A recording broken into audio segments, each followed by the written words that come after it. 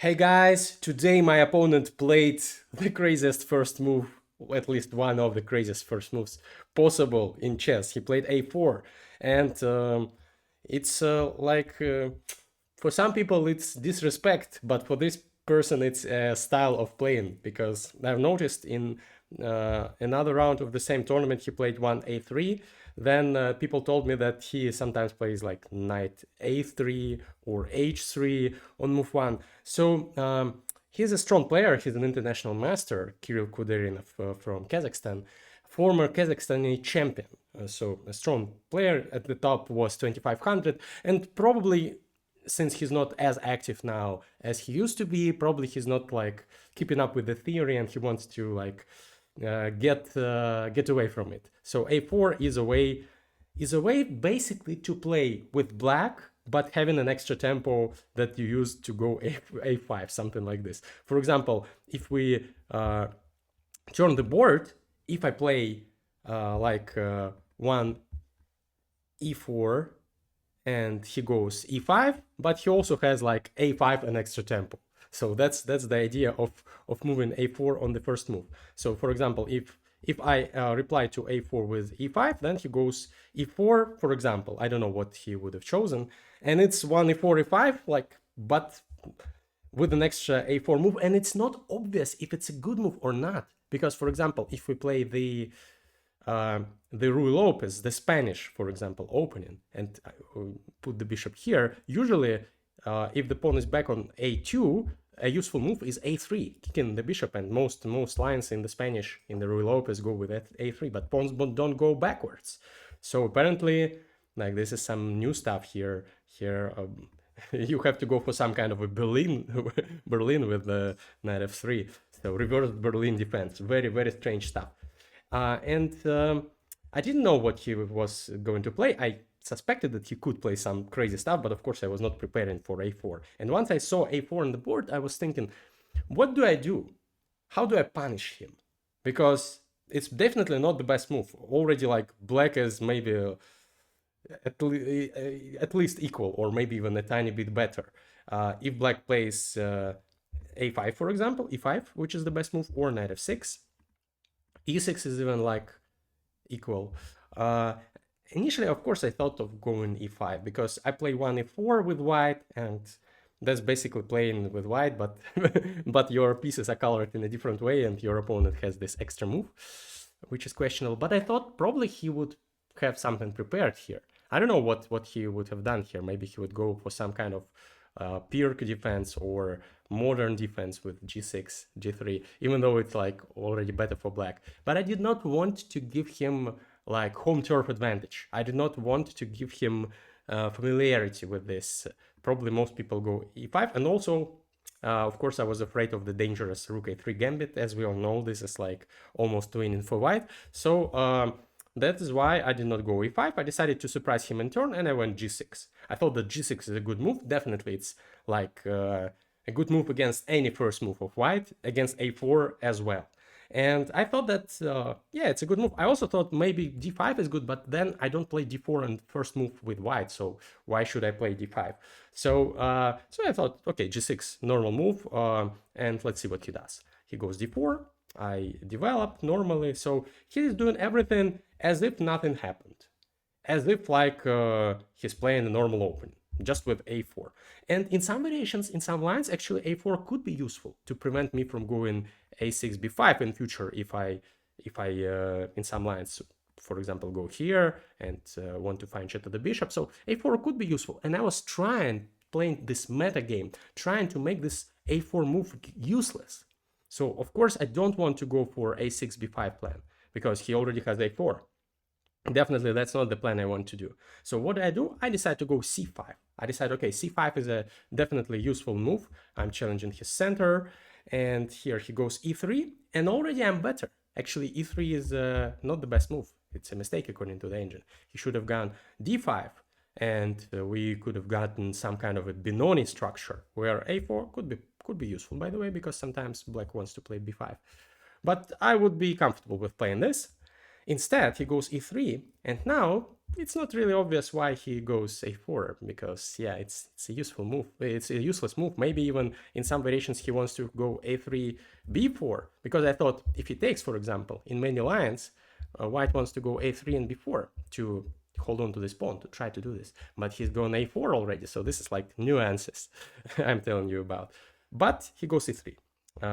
And now I go d5, I take the center, and I'm basically better. It's as if I'm playing with the white pieces, and I've taken the center, and he has this useless a4, or probably not very useful. I go knight c6, he goes c3, so he's playing this defensive position. This formation looks beautiful, but the problem is his dark squared bishop. It's not active, and already a4, I'm trying to utilize the fact that he's weakened his b3 square. I go c4, which is actually one of the best moves in the position, because maybe I want to go like here, and here he really would have wanted his pawn to be back on a2, so I really want to punish him. That's the meta of this game.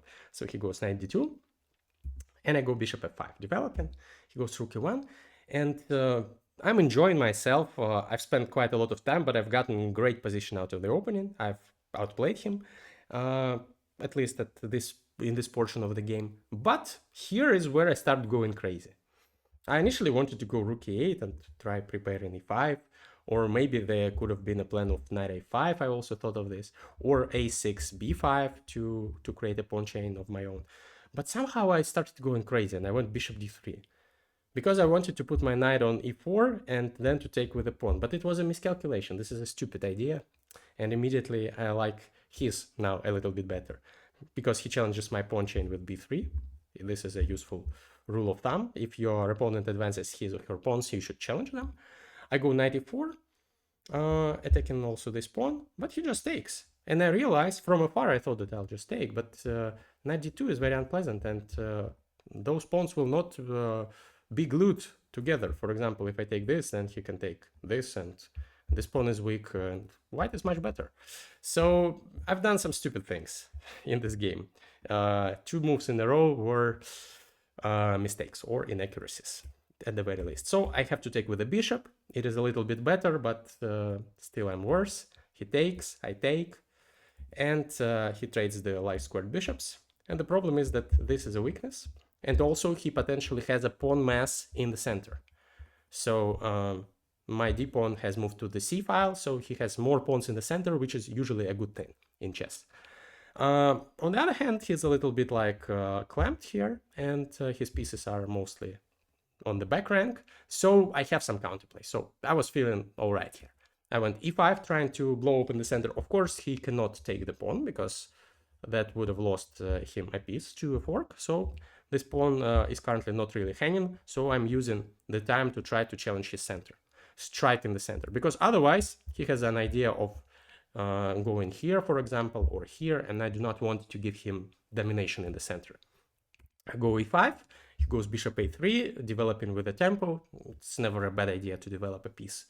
Also winning a tempo, attacking opponent's piece, so I move my rook. And he goes queen f3, developing the queen. And I've thought for some time about this position, and I really didn't like it, because yeah, I can go, for example, knight a5, which is what I did, but he goes knight a4, and he wants to infiltrate like around here, and this will be hanging, and this will be hanging, because the queen also sees this pawn. So I didn't like this position.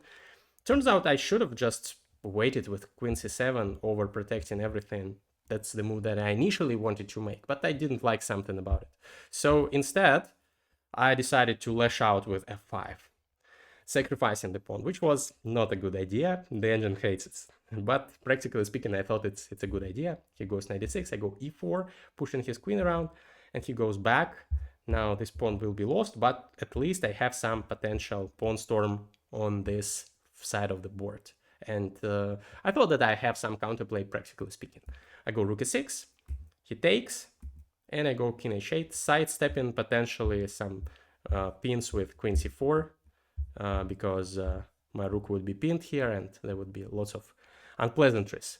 So he takes, he goes here, I draw back, and he pushes a5, preventing any kind of counterplay for me on this side of the board, even though I I did not want to go a5, but it turns out it's the best move according to the engine. So my opponent did something very precise here. But I was not even considering this a5 idea. I was considering g5, f4, pushing and trying to checkmate him, which I did. G5, he goes here, and I push f4. I realized that I'm down a pawn. Positionally speaking, I'm lost. He has this fast pawn in the center, and his pieces are well coordinated. The only thing that I can do here is try to checkmate him, go for a checkmating attack. So this is what I do.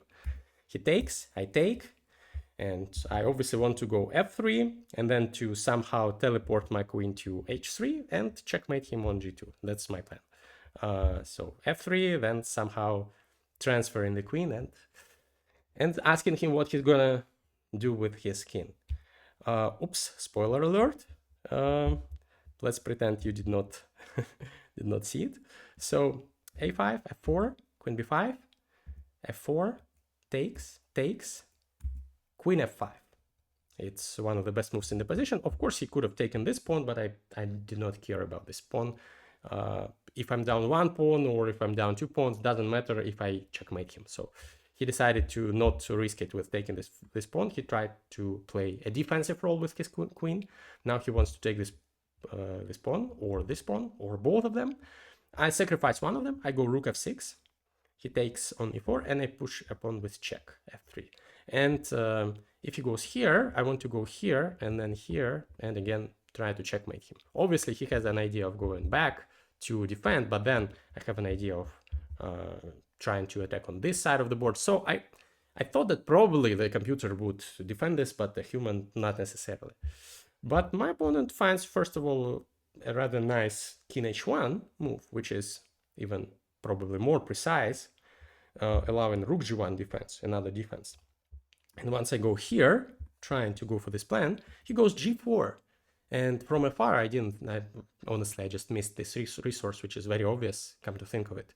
I briefly considered g4 if he goes king g1, queen d7, g4, but I thought that it's dangerous because I'll just like go rook g6, h5, something like that. Even here, it's all right, turns out. But with king h1, it's even better. So he goes g4, and I start thinking about my position, and I really don't like it. I want to put some pressure, but I cannot. And if I go, for example, here, he'll just take my rook, so I cannot activate the rook, unfortunately. And he has lots of resources. He can try to force a queen trade, infiltrate, or he can try to just win this pawn. So yeah, turns out my attack was not as dangerous. I go rook g8, trying to activate the rook on this file, maybe in future. But the problem is also that if I go here, for example, trying to go for this idea, he has queen e5 pinning my rook, so I don't have much. He goes g5, I go queen h3, threatening checkmate. He of course sees it. I go rook e6, and he goes queen g4. And unfortunately, this was a forced sequence of moves. I did not have anything better in this position. I have to trade the queens. And I'm down 2 pawns. Obviously, I thought that I still have some counterplay. I thought that takes. For example, I have from afar, I thought I have this move. And this is a threat. For example, if he goes after this pawn, then I'm checkmating him. Check and checkmate. Obviously, this is not forced. Yeah, if he goes passive, maybe I have some counterplay. I can infiltrate like this. That's what I thought from afar. But unfortunately, then I realized that he just has h4, and his king will just activate. And if I go here, he'll go here, and he'll take this pawn and be completely winning. So that's what I calculated. And I decided not to go here. Instead, I went rook e2, trying to create counterplay like this. But he just defended calmly. I tried to go for some counterplay, infiltrating with both rooks, but he just activated his king. If I go here, then he goes king g3 and just takes the third pawn, and he'll be up 3 pawns in an endgame.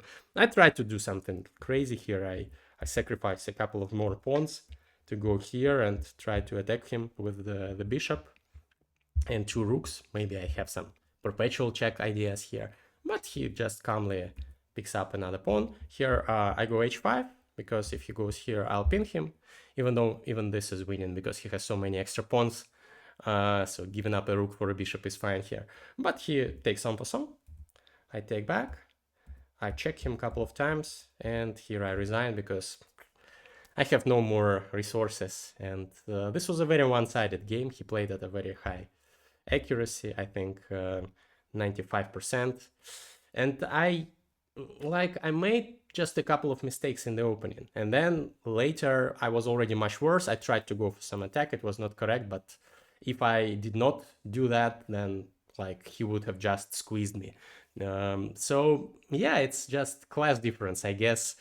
This guy is still stronger than me. I need to study more, and this time every loss is a valuable lesson. So this is a lesson in I guess not making stupid moves. But there are still 3 rounds to go, so I'm still feeling in a fighting mood. So I hope I can show you some good games. See you next one.